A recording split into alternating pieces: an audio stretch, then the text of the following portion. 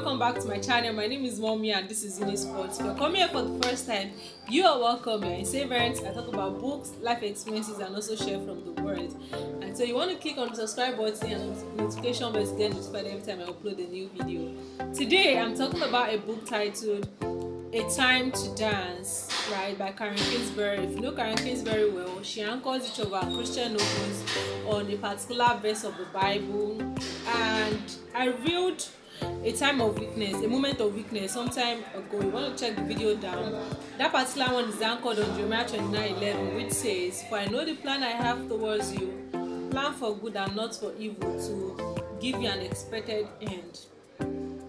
Why this particular one is anchored on what God has joined together, let no man separate. I know the popular one we know is what God has joined together, let no man put asunder. But the way she put it, the particular translation she uses, what God has joined together, let no man separate. And this one obviously is about marriage and divorce, right?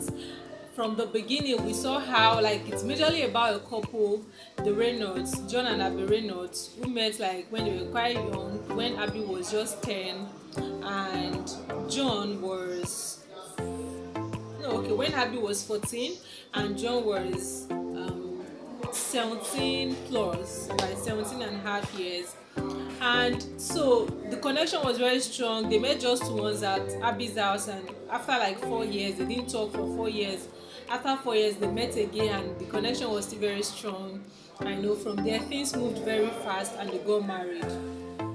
10 years after they are married, they were still feeling the feeling, and however, 21 years later, they were having conversations about getting a divorce. And which brings me to the question: maybe it's not even all about love.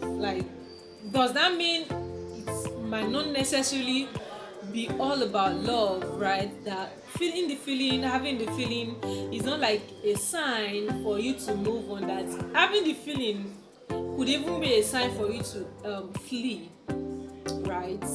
And so what is it then about if it's not all about love? Because these were couples that couldn't do without each other, staying without each other, they'll feel this spark, and all those stuffs. And then 21 years later, I was wondering, so what went wrong? What happened to the feelings? And so I would like to begin by saying that feeling the feeling, having the feeling, love might even not be there anymore. The way you are feeling now, you might not feel the same way few years later. So we need to know that we need to get ourselves used to that and be prepared for that. Be prepared to not feel the feeling eventually when we are married to that man, right? Be prepared not to feel it strongly as we used to feel, or maybe not even feel it at all at some point, because when you're faced with challenges in marriage, the feeling will disappear. There are some things your husband will do that will really piss you off. So some things your wife will do that will make you wonder, how come you ended with this kind of a woman? So it's not all about love, right? So what it is then about? What should be the basis? What should be the parameters? What is the sign that you should go ahead? So number one is it must first be anchored on God. On God. Remember the Bible verse that says a house that is founded on the rock, right, will stand the test of time. Okay? So it must be about God. Make sure that you hear from God about this person. Make sure you take it to God. You're having the feeling so strongly. It's even a sign for you to go and pray about it. Pray more about it. Because having the feeling, like I said earlier, may even be a sign for you to run, to flee from that person, and not really a sign for you to come together with that person. Watch out for the red flags. When you're feeling the feelings, you might not really see. Which is why you need to take it to God in prayer. Be intentional. You might not even hear from God because you are feeling the feeling so strongly, and you feel all things being equal, this is the person. But you need to stay with God, even despite the feeling. Stay with God till you hear from Him. If you're not hearing from Him, then don't go ahead, right? Another thing is that start it with Him. Feelings may be deceptive. Like I said, a house, it must be founded on God, and it must start with God. Don't just find it in God and then Now just continue. It must be founded in God, and then start it with God. Feelings might be deceptive, it could even be lost, right? And so you need to give it time. Even after you started with God, give it time. Don't try to hold it, don't try to keep it. Trying to keep it or trying to hold it, you might not. Don't just allow things happen. Try your best, put in work, but do not, if you're seeing that you're having to put a lot of effort even from the beginning to make it work, or you're having to put in a lot of effort to maybe feel comfortable around this person, just watch it, right? So give it time, allow things to take their course, right? Next is start with friendship and talk about everything. If you start with feelings and then want to get married immediately, from the onset, you might not really be able to have all the conversations you should have.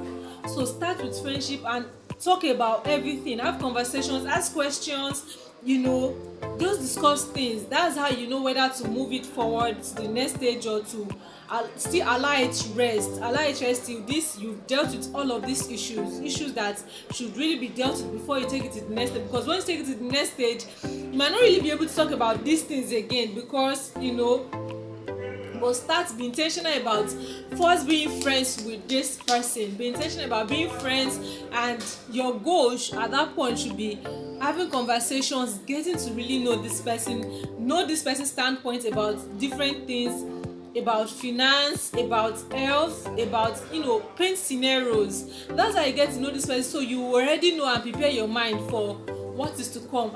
Paint scenarios, like say, what if something happened to me and I can't work again? How do you think we will cope with that? What's your take about working from home? What's your take about like a full-time wife? What's your take about raising children? Talk about different things, right? That will help you get to know this person and prepare your mind for what is to come. And you also know if it's something you really want to take to the next stage. And then you also know if it's something you need to pray about, or take him to meet your mentors to ask him questions, ask her questions, and then see if you both need some grooming. Of course, you need some grooming. In fact, attend retreats together, attend programs together, so that will help you begin to share the same mind, the same opinion and perspective about things. Okay, read books together too. Friendship. So when you read books together, it's more or less like picking from the same from the same reservoir, right? So when you're having conversations, this is where this person is coming from.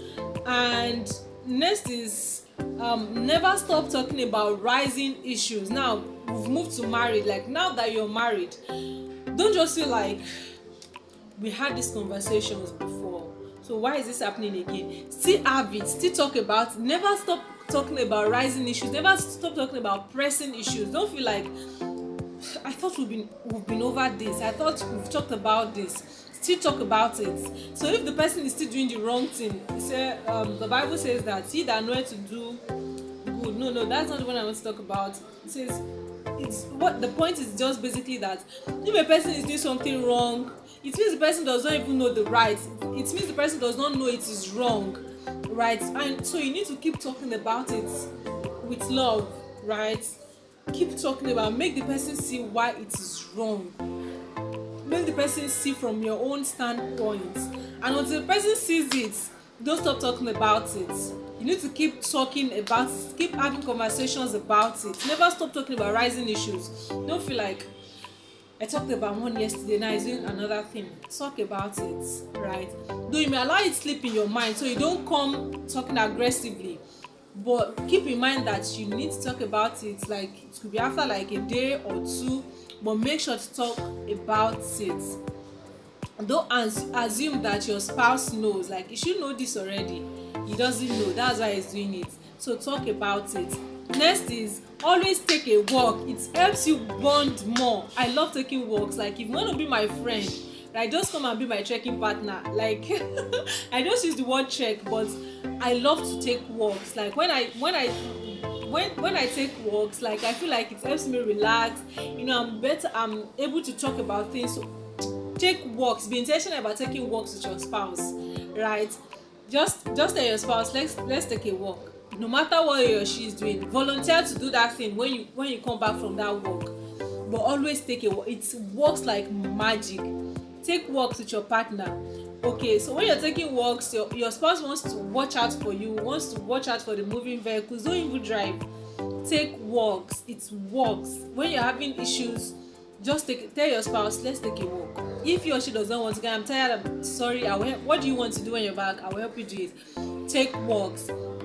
Another thing is go out too. Yes, go out to places, go out to the beach. You don't even need to buy anything. Yeah, go out to eateries. You don't need to necessarily do not need to eat. Just go out. You can even take your water along, right? Just go out to places, you know.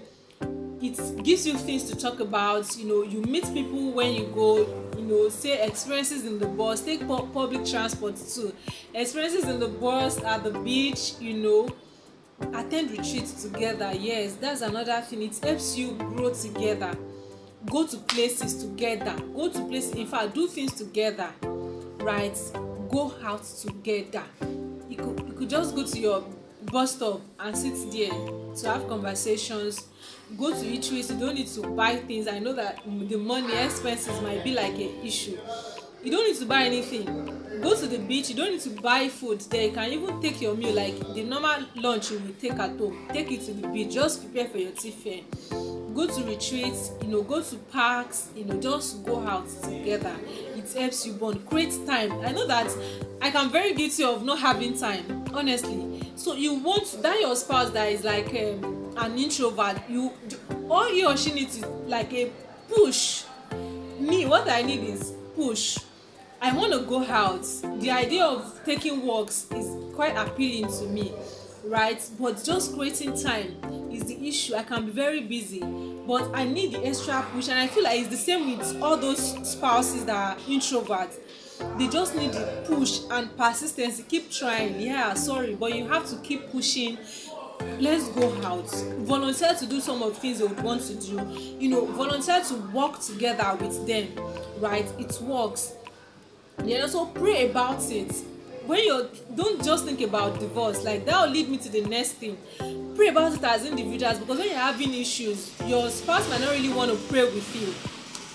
So pray about it as an individual. Just tell you don't need to spend like 1 hour, 2 hours in prayers, but just have an open heart and pray sincerely to God concerning it. It works. It works. Pray about it as individual. God, this is what I'm going through. Please help me out. I need wisdom. Father, please help me restore peace into this home. Give us wisdom. Give my husband wisdom and patience. Give us the love that we need, just like you recommended in your word.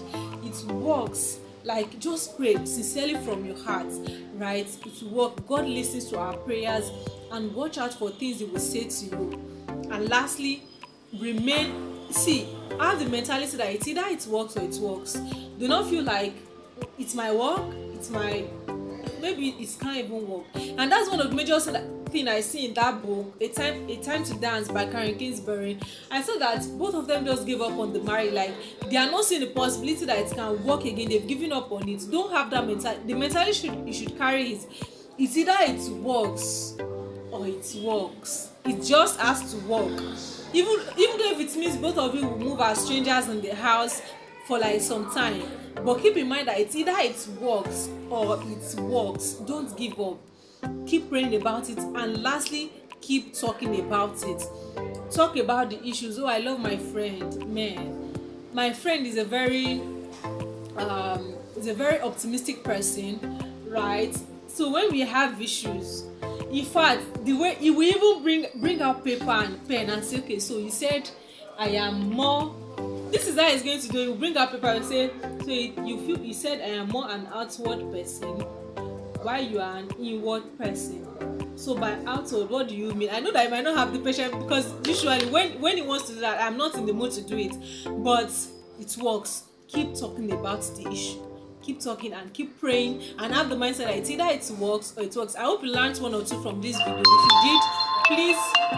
If you did, please give it a thumbs up, and also drop a comment down below some of the tips you think can help a marriage to work. Give it a thumbs up, comment, and do subscribe to my channel. Hit on the notification bell to get notified every time I upload a new video. Till I come up again, my name is Mommy, and this is Unisport.